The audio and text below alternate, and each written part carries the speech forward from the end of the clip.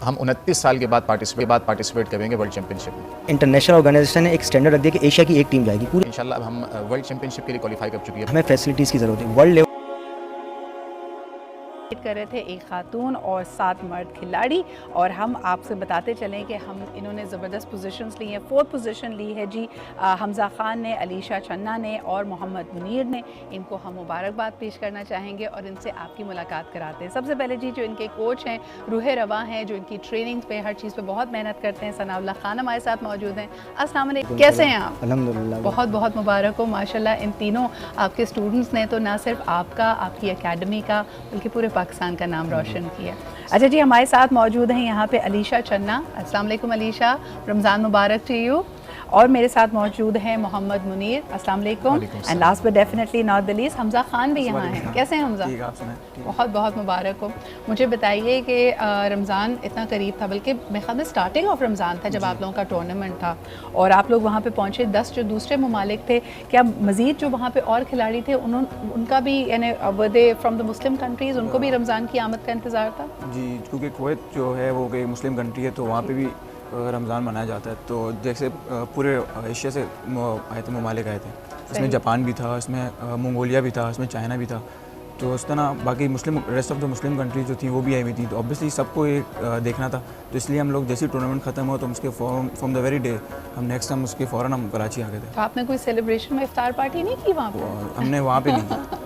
हमने एम्बेसी के साथ कांटेक्ट किया था, तो एम्बेसी ने हमें वहाँ पे डिनर करवाया था। उसके बाद हम सुबह आ गए थे कराची। ये तो बड़ी ज़बरदस्त बात है। मुनीर साहब, मुझे बताइएगा आपका एक्सपीरियंस कैसा रहा और क्या तवक्कुआत लेके पाकिस्तान टीम वहाँ पे पहुँची? बिस्मिल्लाहिर्रहमानिर्रहीम। तो अल्लाह का बड़ा फजल करम है कि अल्लाह ताला ने पाकिस्तान की जानिब से हमें पाकिस्तान को रिप्रेजेंट करने का मौका दिया एशियन टूर्नामेंट के अंदर। अल्हम्दुलिल्लाह बहुत अच्छा जो है ना तजर्बा रहा। इससे पहले भी एक मरतबा 2017 के अंदर मैं एशियन टीम के साथ जा चुका हूँ। ये मेरा दूसरा मौका था कि पाकिस्तानी टीम की जानिब से हम आ गए। अल्हम्दुलिल्लाह बहुत अच्छा एक्सपीरियंस रहा, क्योंकि इस दफ़ा हमारी जो है वो कारकर्दगी पहले से ज़्यादा बेहतर थी, इसलिए और भी ज़्यादा खुशी है। फिर अपनी जीत की खुशी, अपने साथियों की जीत की खुशी जो है ना वो आपको और ज़्यादा मोटिवेट कर देती है। फिर खुश आइन बात पाकिस्तान के लिए ये है कि पाकिस्तान में अभी तक फुल कॉन्टैक्ट कराटे में एशिया में ये पोजीशन अभी तक नहीं आई किसी की। तो ये पहली मरतबा है कि पाकिस्तान ने चौथी पोजीशन तारीख रकम की है जी। और अल्हम्दुलिल्लाह इसका जो एक और मुस्बत पहलू निकला वो ये निकला कि इंशाल्लाह अब हम वर्ल्ड चैंपियनशिप के लिए क्वालिफाई कर चुकी है पाकिस्तान की टीम। वंडरफुल। हम 29 साल के बाद पार्टिसिपेट करेंगे वर्ल्ड चैंपियनशिप में। लास्ट टाइम 1995 में पाकिस्तान ने पार्टिसिपेट किया था। उस वक्त से लेकर अब तक इस पूरे गैप में, 29 साल के गैप में पाकिस्तान की टीम वर्ल्ड चैंपियनशिप नहीं खेल सकी। अच्छा, मैं चाहती हूँ कि इसकी मज़ीद वजाहत की जाए। और मेरे ख्याल में ये ख्वाब, क्योंकि सनाउल्लाह मेरे शो में पहले भी आ चुके हैं, ये इनका बड़ा देरीना ख्वाब था और अल्हम्दुलिल्लाह अल्लाह ताला अब इसको शर्मिंदा ताबीर कर रहा है कि ये टीम पहली दफ़ा इतने लंबे तवील अरसे के गैप के बाद वर्ल्ड्स में पार्टिसिपेट करेगी। सनाउल्लाह, सबसे पहले तो बहुत मुबारक आपको। कैसा महसूस कर रहे हैं और इतने लंबे गैप की क्या वजह बनी, ये हमारे व्यूअर्स को बताइए। सबसे पहले रब का शुक्रिया अदा करूँगा, उन्होंने इस काबिल बनाया कि आज हम इस प्रोग्राम में और अपने मुल्क को रिप्रेजेंट किया हमने। बेसिकली ये 1970 पे ये बुनियाद रखी थी फुल कॉन्टैक्ट कराटे कीकुशन की, इनामुल्लाह ख़ान के, जो मेरे फादर भी हैं। उनके इंतकाल के बाद 2006 में उनकी फिर तबीयत ख़राब हो गई थी, तो दूसरे पाकिस्तानी चीफ थे, उन्होंने ज़ाहिरी बात है उनको डेलीगेट किया और आगे कंट्री रिप्रेजेंटेटिव बनाया। तो उनकी परफॉर्मेंस अच्छी नहीं रही, जिसकी वजह से कि पाकिस्तान क्वालिफाई नहीं कर पाया। तो उनकी डेथ के बाद काफ़ी गैप रहा। अब अल्हम्दुलिल्लाह 2 साल पहले मेरे बड़े भाई हिदायतुल्लाह ख़ान, जो कि वर्ल्ड नंबर 3 हैं, वो कंट्री रिप्रेजेंटेटिव बने। तो उन्होंने टीम भेजी। लास्ट ईयर आपको पता है बहरीन में 3 गोल्ड मेडल आए। ये सब उनकी काविश है। और इससे पहले पोलैंड में यूरोप कप में फ़र्स्ट पोजीशन हम ला चुके हैं, जिसकी वजह से अब ग्रेजुअली हमारे फ़ाइटर्स को मौका मिल रहा है कि वो पार्टिसिपेट करें और इम्प्रूवमेंट इनके अंदर आना शुरू हो गई है। उसका रिज़ल्ट आपने देख लिया कि एशिया में पाकिस्तान 4th नंबर पर आया है। इससे पहले पाकिस्तान का कहीं नामो निशान नहीं था और अल्हम्दुलिल्लाह हमारी परफॉर्मेंस इससे बेहतर थी।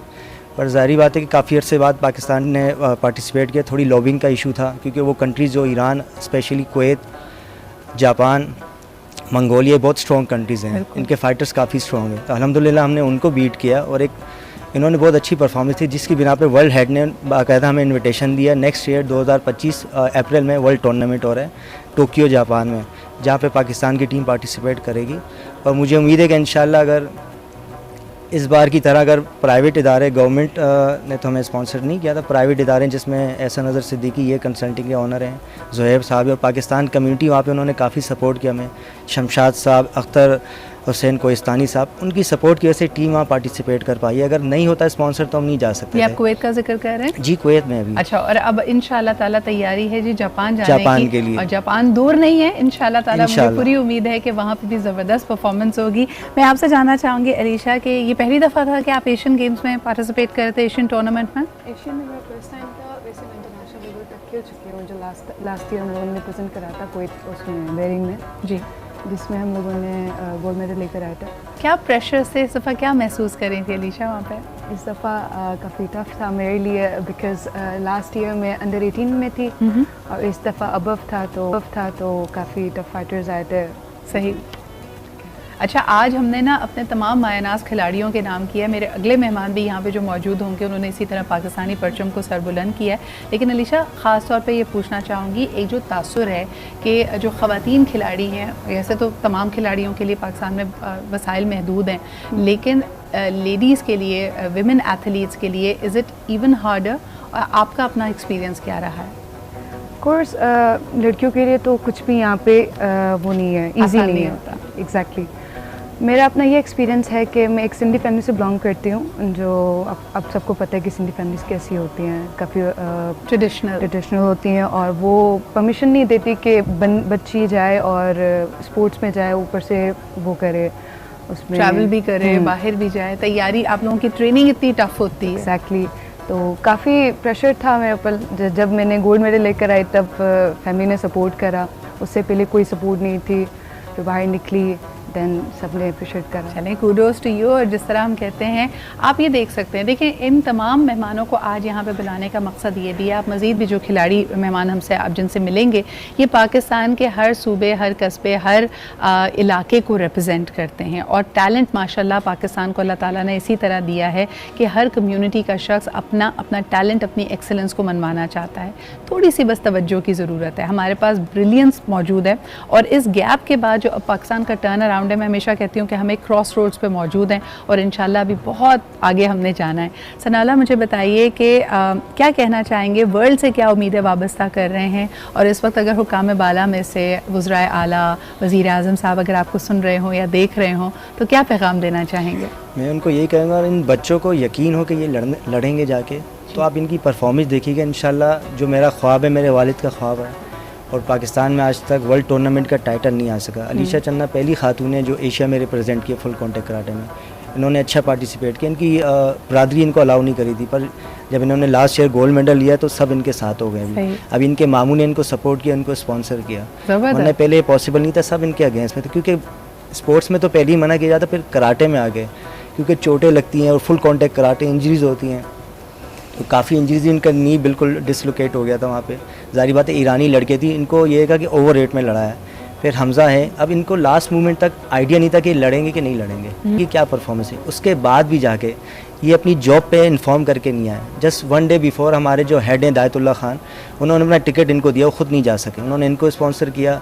हमारे जो सीनियर कोच थे उन्होंने इनको स्पॉन्सर अपना टिकट दिया, वो खुद नहीं गए। उसका हमारे पास काफ़ी ड्रॉबैक रहा वहाँ पे, क्योंकि वहाँ पे गाइडेंस की ज़रूरत होती है। और सनाला, निगलेक्टेड क्यों है इतना? यानी आपने जैसे कहा कि बीच में एक गैप आया, हमारी तवज्जो बहुत सारे अहम मामला से हटी, लेकिन अब इंशाल्लाह ताला ये जो बीड़ा आपने उठाया है और इतनी ज़बरदस्त परफॉर्मेंस हमारे खिलाड़ियों की है, आगे क्या उम्मीद रखते हैं? और आप मुझे बताएं कि किस किस्म के वसाइल और सपोर्ट की ज़रूरत है आपको? देखें, हमें फैसिलिटीज़ की ज़रूरत है। वर्ल्ड लेवल पे उनका स्टैंडर्ड बहुत हाई हो चुका है। जो हम लड़े इनको आइडिया हो गया। उस हाल में भी ये लोग 4th पोजीशन लेकर आए और वर्ल्ड के लिए क्वालिफाई किया, उस स्टैंडर्ड को मीट किया।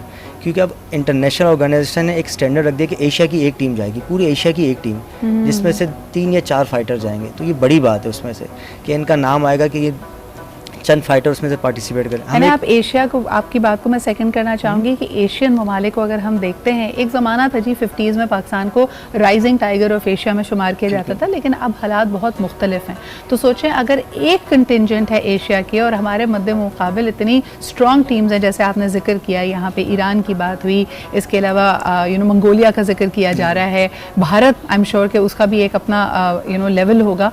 उसके अंदर बावजूद इस गैप के पाकिस्तानी खिलाड़ियों का क्वालिफाई करना, उस कंटिंजेंट का हिस्सा बनना हमारे लिए बायस फ़ख्र है।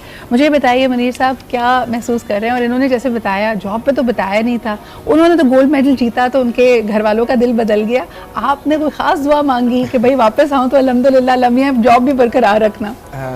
बस असल में अपने मुल्क को रिप्रेजेंट करना ये बड़ी एक एजाज़ की बात होती है। और चूँकि मैं तो इसका एक्सपीरियंस पहले भी कर चुका था।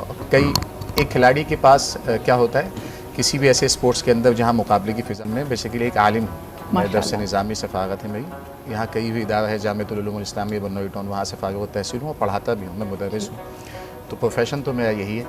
और बकिया नहीं, मुझे कभी भी ऐसा महसूस नहीं हुआ कि मुझे जो है ना इसमें किसी ने रोका हो, बल्कि हर शख्स ने सपोर्ट ही की।